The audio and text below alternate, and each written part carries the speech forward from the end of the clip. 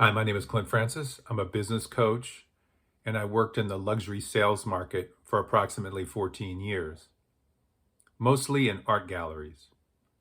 So today I want to talk about how to sell in a luxury environment, meaning a retail location, and how to sell more art or jewelry or whatever you sell that's considered a luxury item. Now, the distinguishing part between luxury and needs, I would say more commodities like beds, cars, those things are more of a need. Someone needs to have a bed, they need to have a car.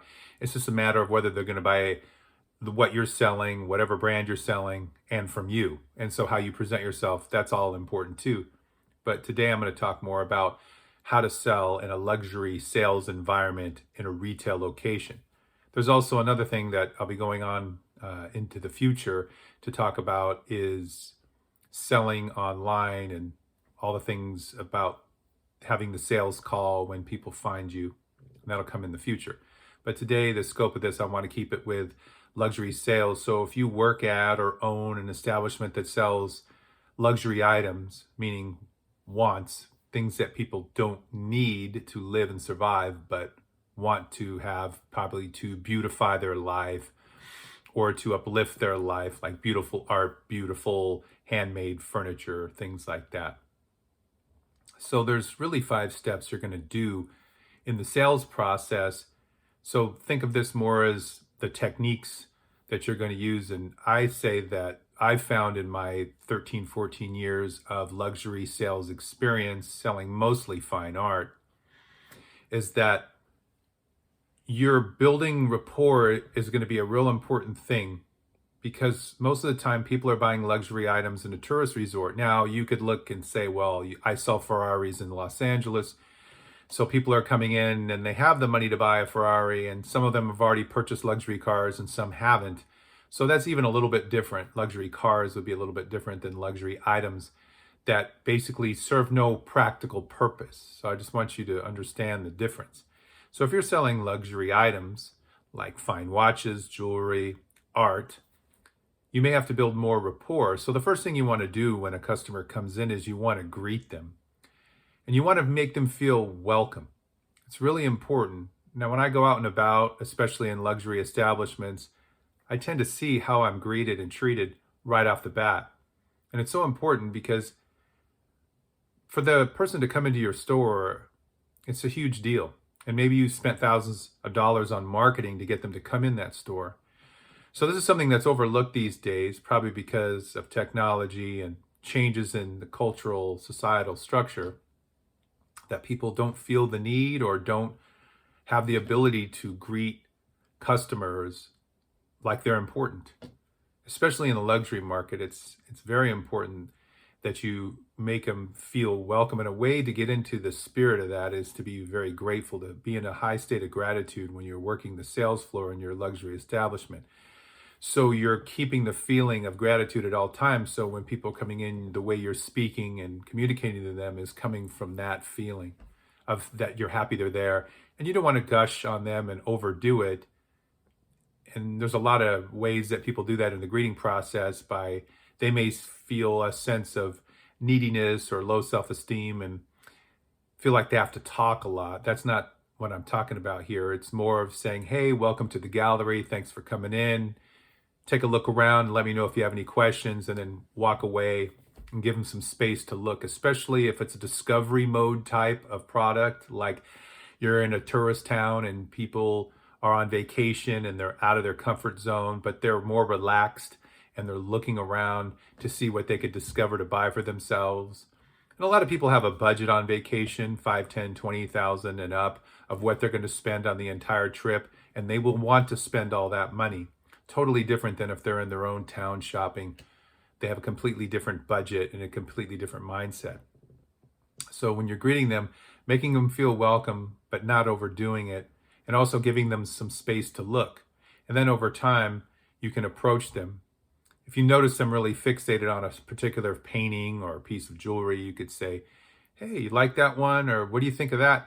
And they'll tell you what they think, or they'll say, oh, I'm just looking, and say, hey, cool. And you just stay cool. You don't get all upset or excited about all this. You just let the customer look around. But don't be afraid to engage them from time to time.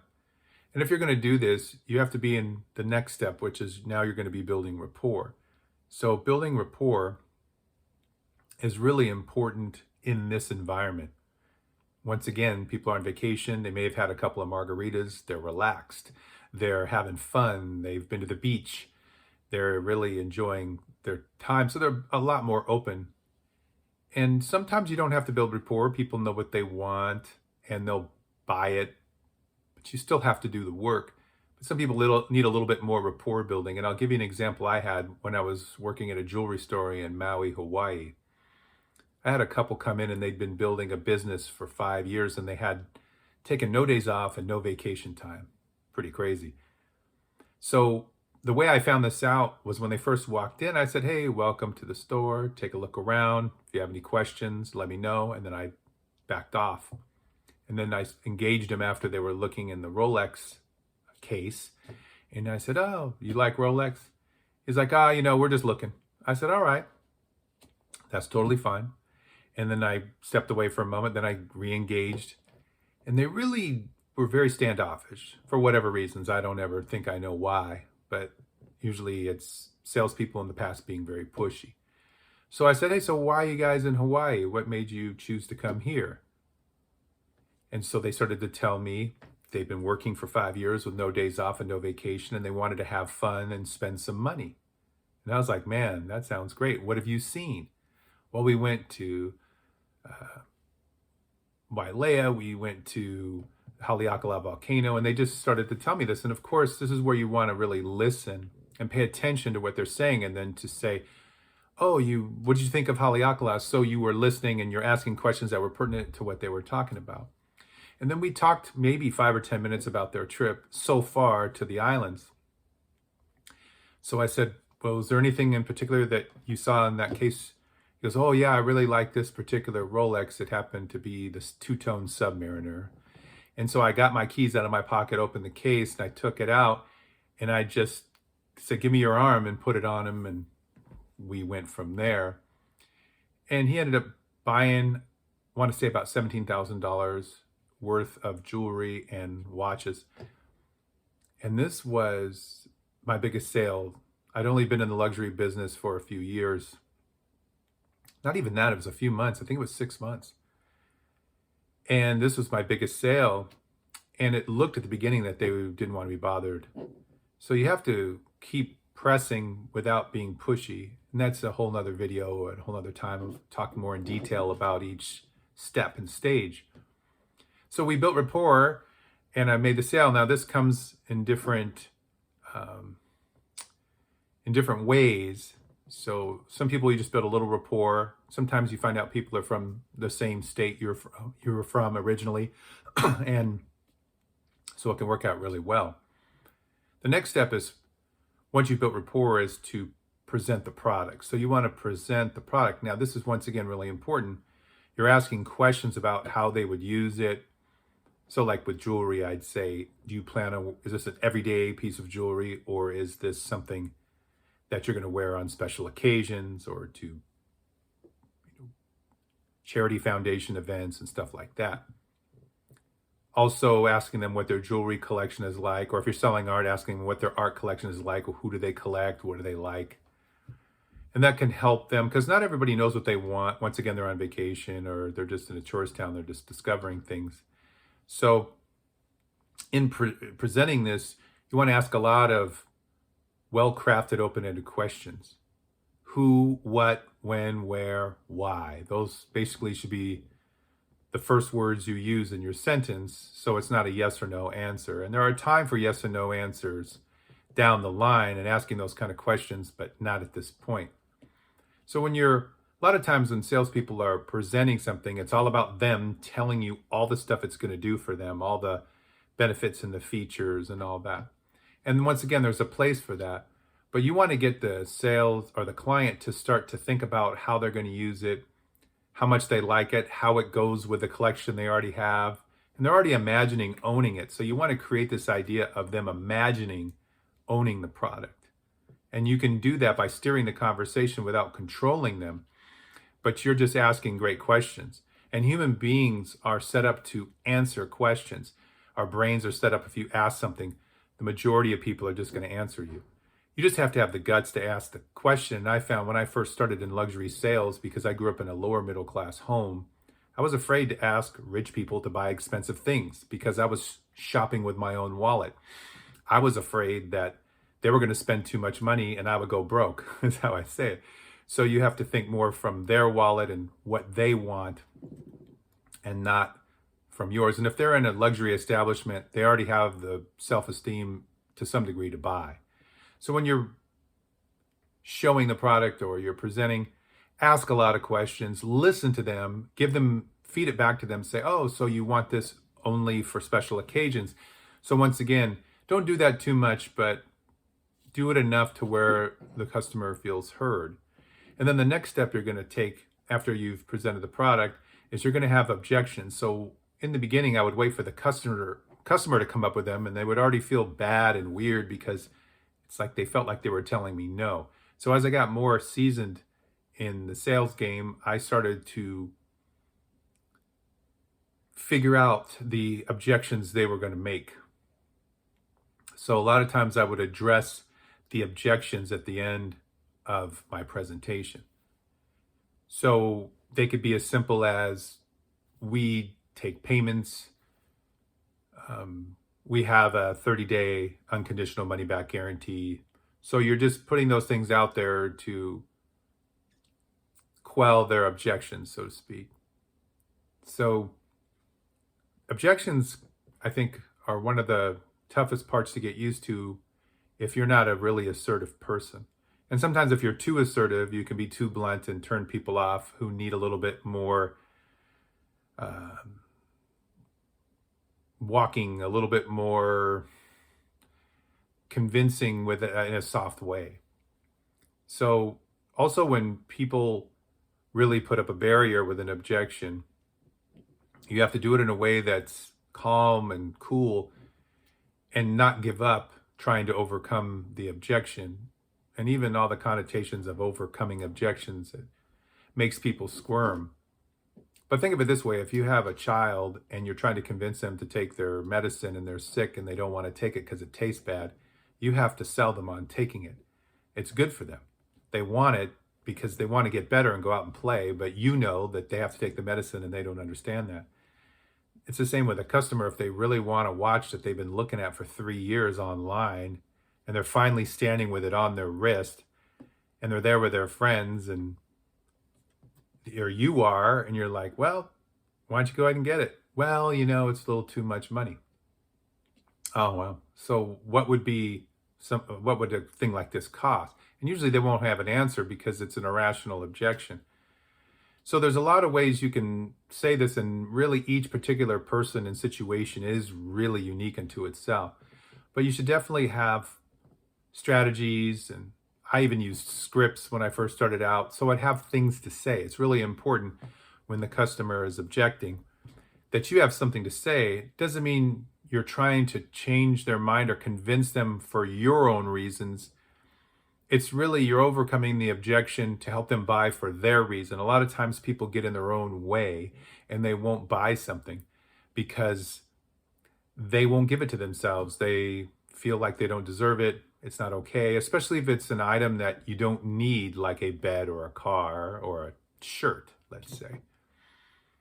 So you have to walk them through this moment of insanity, this difficult thing that's going on in their mind, these conflicts of values and things, and really help them see that they want the item.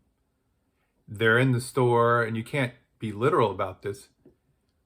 I'll give you an example. I had a gentleman who was in the financial services, very left-brain guy, very analytical, and he had this Rolex on, and it was actually the least expensive Rolex you could buy.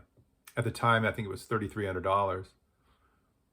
And he'd been looking at it for 5 years where he lived, wherever he was from, his home state. And here he's in Hawaii, you're on vacation, you feel the Hawaii in the air, you're relaxed. It's just, if you've been to Hawaii, you know what I mean. And so his wife and his buddy was with him. And so I looked at his friend and his wife and said, "How long has he been looking?" And they said, "I don't know, like 5 years. Every time we go to the mall, he always wants to stop and try on the watch and look at it, but he never buys it." I'm like, "Wow, he never bought it. Well, okay, well, I guess he's got his reasons, whatever that is." And so I said, "So you've been looking at this watch for 5 years, right? And so you want to get the agreement from the customer?" He's like, "Yeah, I've been looking for, it's about 5 years." And I said, "Do you make enough money to afford something like this?" Now, this is a gutsy question. And you have to build the rapport, which I'd done with these people before I asked them this question. When I mean rapport, we're finding commonalities between each other, and I'm looking to connect and relate with him on more of an emotional level. So when I asked the question, "Do you make enough money to afford something like this, really?" And he said, "Yeah, I make plenty of money." And I'm like, "Why'd you just get it?" So right there, I'm asking a closed-ended question, "Why don't you just get it?" And he was just silent. So then you have to stand there while they're being silent and not say a word. So I just stood there and I was quiet, and I could see his mind was going. And I was still newer to sales, so I didn't know. He's probably thinking about, well, how much do I have in this account? Or do I want to put it on this credit card to get my air miles or to get my money cash back? And people, that's what they're really thinking. They're not rejecting you or thinking thoughts like that, which you could think when you're new to the business. So actually what ended up happening is his buddy and his wife ended up closing the deal. Because they said, "Come on, John, this is ridiculous. We've looked and we've humored you and we've gone into the store and you've looked at this watch again and again. And now here we are, we're in Hawaii. Just do it." And so he looked at me and he said, "All right." So there I let the customer's friend and wife close the deal instead of me trying to get some kind of objective done in a hurry, which is to get him to buy that watch. That's not how you want to approach this. The person's already there. The watch is on their arm. They're interested. They're very interested. Otherwise, they wouldn't even be in the store. So you have to assume that much. And then if they're hesitant, you have to take the time and be patient and work through that process with them to where they could get to a yes. I know the guy wanted it. Nobody looks at something for 5 years and then comes in to store number 50 or whatever it was, and then he has it on his wrist, and this is the exact model he's been fantasizing about. Luckily, it worked out where his friends and family, who he trusts implicitly, closed the deal. That was kind of a neat deal. But when you're closing, that's the next step, and that's also something that should be pretty easy to do if you have done all the steps. You've greeted him, you've built rapport, you've presented well, and you've dealt with the objections, and you've brought them all out. And you want to know what the objections are. You don't want them to hide those from you because they'll choose from their fears most of the time. So you want all those objections out for sure. So once you get them all out, it's pretty much, you want to go ahead and get it. I always do a soft close like that. Some people say, "Do you want to put it on your credit card?" That's not really my thing. "So you want to go ahead and get it." I like that phrase. And one other thing I want to throw in here with objections is if someone is objecting to something and they're being pretty, like, they're not going to buy it. Once again, not because they don't want it, because there's some irrational fear that's happening inside of them. My job is to figure out what that is and help them out. So I was taught something years ago when in my first sales job selling jewelry was to ask the customer, and you have to say it this way, "What's not perfect about it?" Whatever the item is. What's not perfect about it? Not what's wrong with it, because then people will want, "Oh, I don't want to say it's bad. I don't want to do that."